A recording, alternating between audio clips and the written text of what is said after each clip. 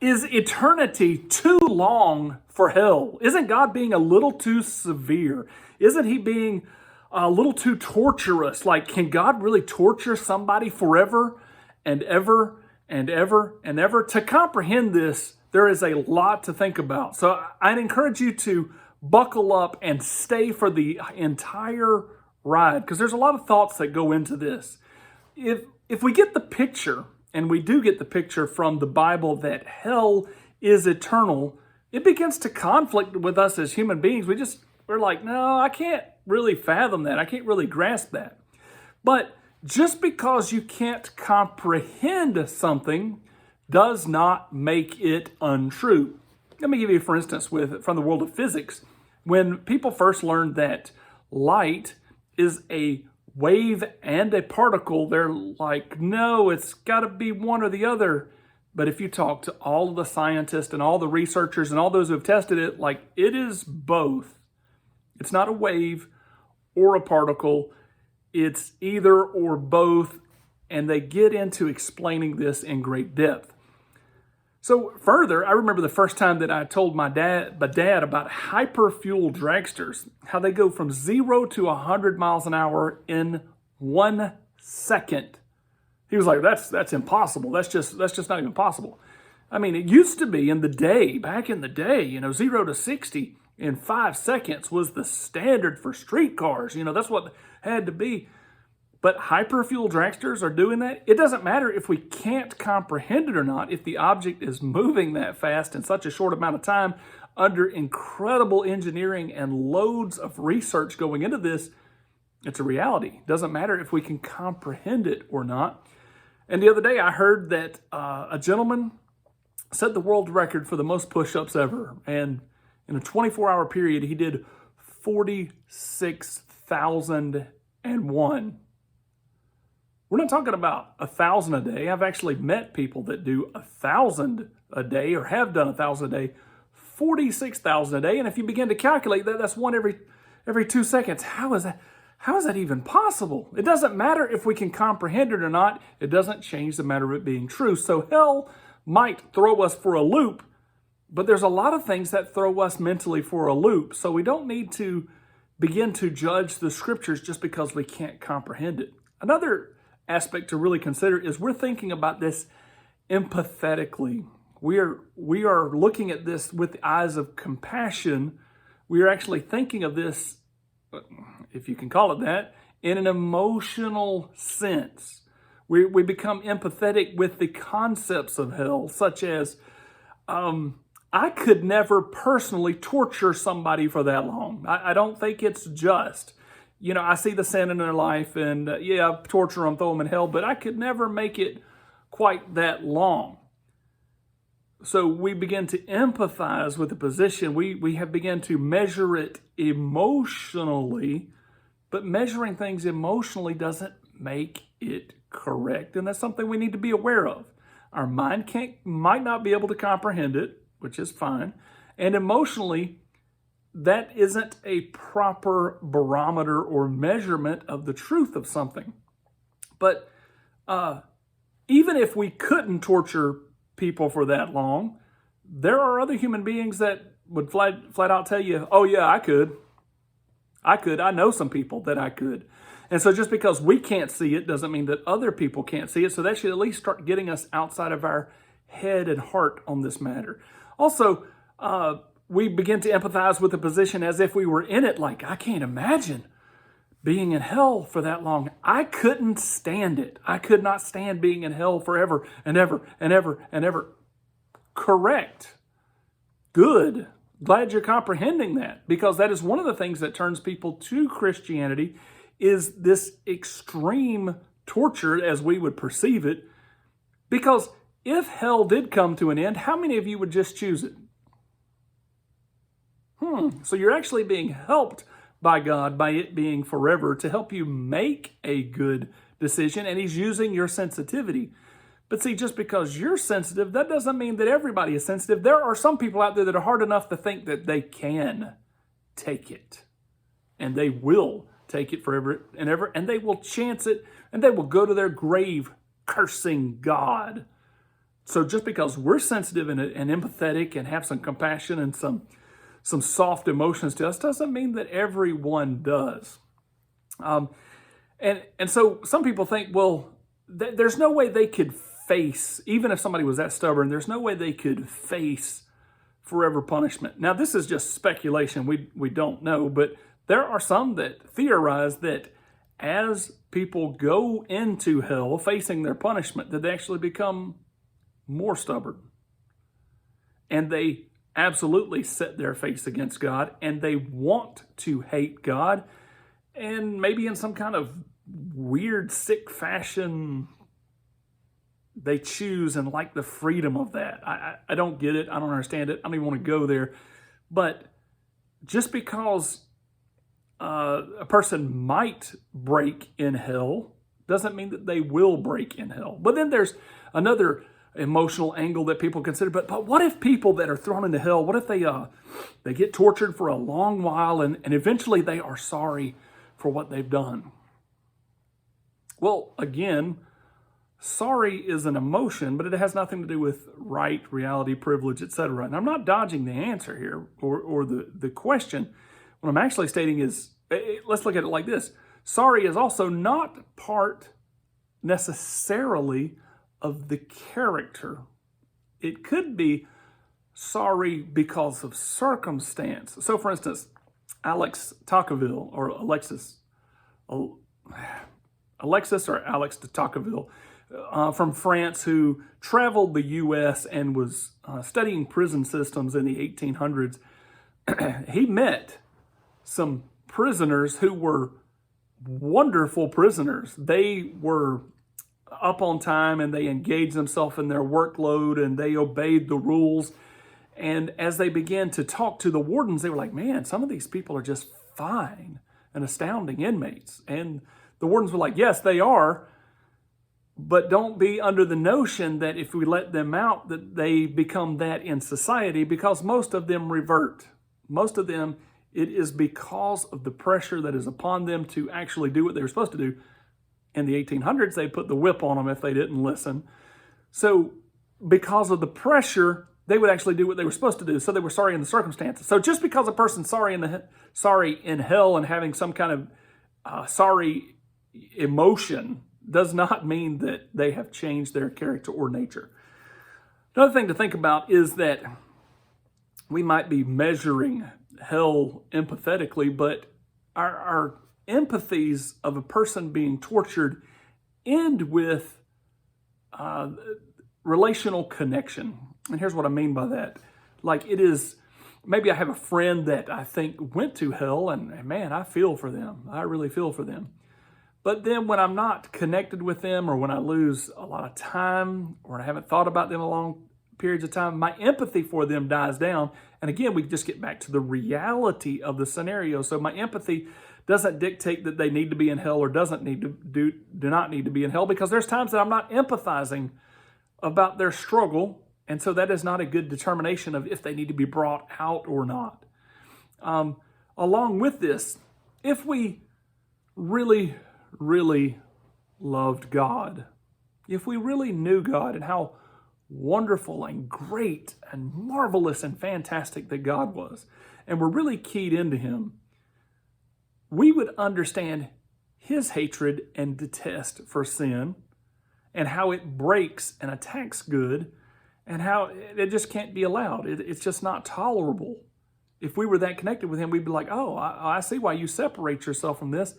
And I hate sin as much as you do. And in that fashion, we could absolutely see like this, that sin must be punished and it must be separate and it must be away from who God is. Further, though, a lot of times we're like, well, but I'm the middle person. Maybe I'm a Christian and I've got a friend that might be going to hell and I'm going to have this relationship with God, but, you know, I got this relationship with this person as too. Sadly, if you have a close relationship with someone and then you have a relationship with someone else that does you evil and dirty, and that person evil and dirty, or the good person tries to hold a relationship with the evil and dirty person, you actually begin to break fellowship with both people. It just kind of comes on you.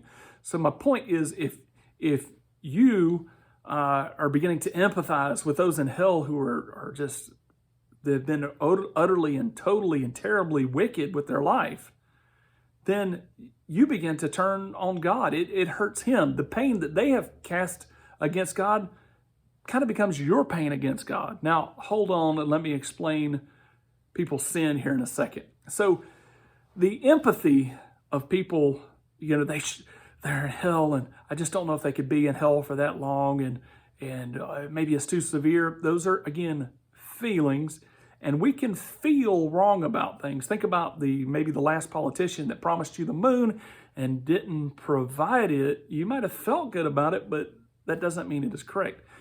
So one of the next steps that we take in our broken logical justifications is they don't really deserve that much punishment. I mean, they sinned, sure, but they don't deserve that much punishment. There's some things you really need to think about here, and you don't comprehend it. Number one is you are broken. You've got to get a grasp on that. Now, you should study the Bible the rest of your life to see how broken you are. It's funny that as Paul got closer to the Lord, he thought of his wickedness as greater and greater. And he's like, man, I'm a wretch. I am a mess. I am disgusting. And so for us to think, well, people aren't that bad, we don't really have a good comprehension then of what bad is. So to say that somebody doesn't deserve hell forever, we don't even know what we're talking about. It's just something to mentally digest.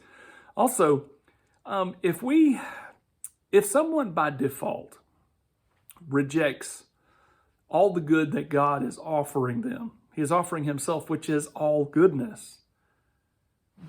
By default, they're accepting bad. Like if God reaches down to us, you've got to understand this, you've got to believe this with your heart, that God is actually reaching to us. And he tries to reach us, and he pricks our conscience, and he guides us, and he convicts us, and he tells us to change, and he's doing this the world over. He's trying to draw people to himself. And if we reject goodness, and all of us know what that means, we've all rejected goodness. If you reject goodness, you're rejecting the lump sum goodness, and the only thing that's left is hell simply by default. Forget if it's even punishment or not. You're just accepting it by default. Also, since God is infinite creator, and we don't spend enough time in our Bible to understand how majestic and how great and vast he is. But if you offend an infinite God, and let's just say you wanted to amend your ways yourself, and you're like, well, I have offended an infinite God, then it will take an infinite amount of time to pay off that debt. Now, you don't have to. There's a mediation here. Jesus Christ has offered to do that for us. But another thing is we look at people where they're at and they're like, well, they don't deserve that much yet. Maybe they don't deserve that much sin yet. But if they were allowed to live, and this is interesting that God twice has cut off the life span of human beings. He's like, I'm not going to let them live to be 1,000 years anymore. I'm going to cut their life off at 120 years because they're just so wicked. They get more and more wicked. And then later we find out that it seemed to be shortened down to, 72 years? And then you even find other places in the Bible that God really cuts men's lives short because of how wicked they are to everybody else. Typically, and I would say pretty much across the board, if we really looked at this and analyzed it, you're going to see that sin gets more wicked with time. I'll just share with you from myself that I am chasing after God, and I am studying the Bible daily, and I'm wrestling with sin, and I've got a track record of actually overcoming sins in my life, and I'm working on the next ones right now. But by default, my nature gets a little more sinister, a little more wicked every year. My sin nature does. It becomes more crafty and a little more deceitful, a little more this or that. And I have to be on guard against that. And so if it's increasing in myself as I have the Holy Spirit to guide me, how much more so is it increasing in others? And if a person don't deserve eternal punishment now, how do we know that they don't eventually deserve more and more and more punishment? or if they had been allowed to live, had deserved more and more and more punishment.